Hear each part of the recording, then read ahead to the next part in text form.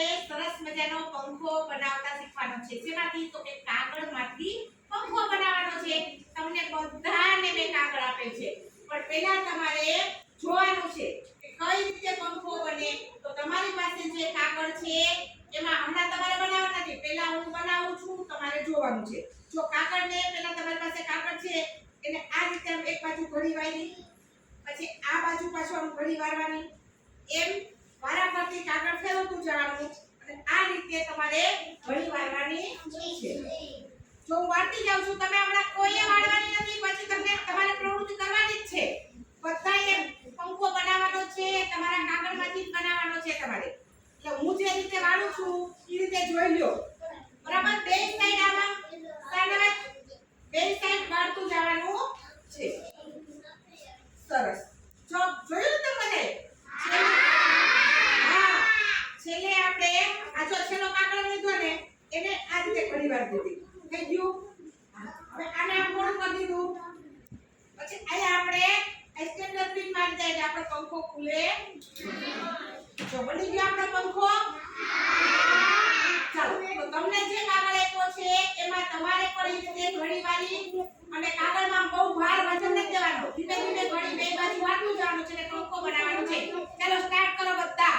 પોતાના કાગળની ઘડી વાળે. બધા પોતાના કાગળની ઘડી વાળે. આગળ પાછળ કાગળ ફેરવતું જવાનું છે.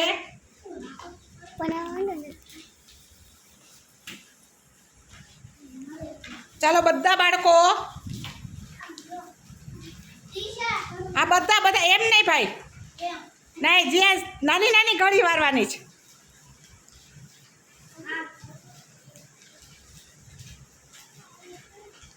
કાગળને ફેરવતું જવાનું છે ને નાની નાની ઘડી વાળી પછી તમને ત્યાં સ્ટેપલર પિન મારવા દઈશું. તમને ત્યાં સ્ટેપલરથી આપણે પિન મારી દઈશું.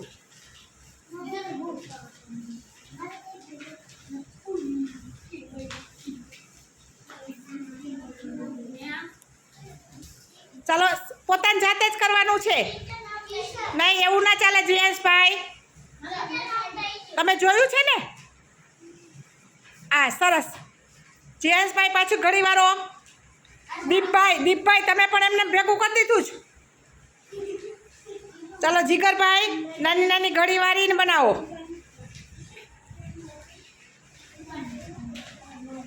સરસ મજાનો પંખો જો પ્રાંજુબેને બનાવી લીધો.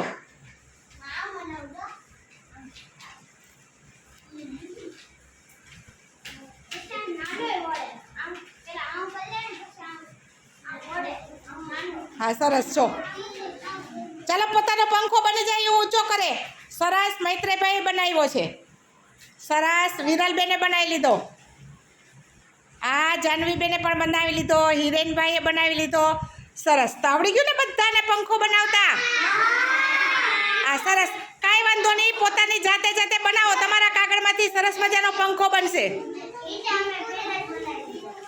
શાહનવાજભાઈ હજી કેમ વાર લાગી?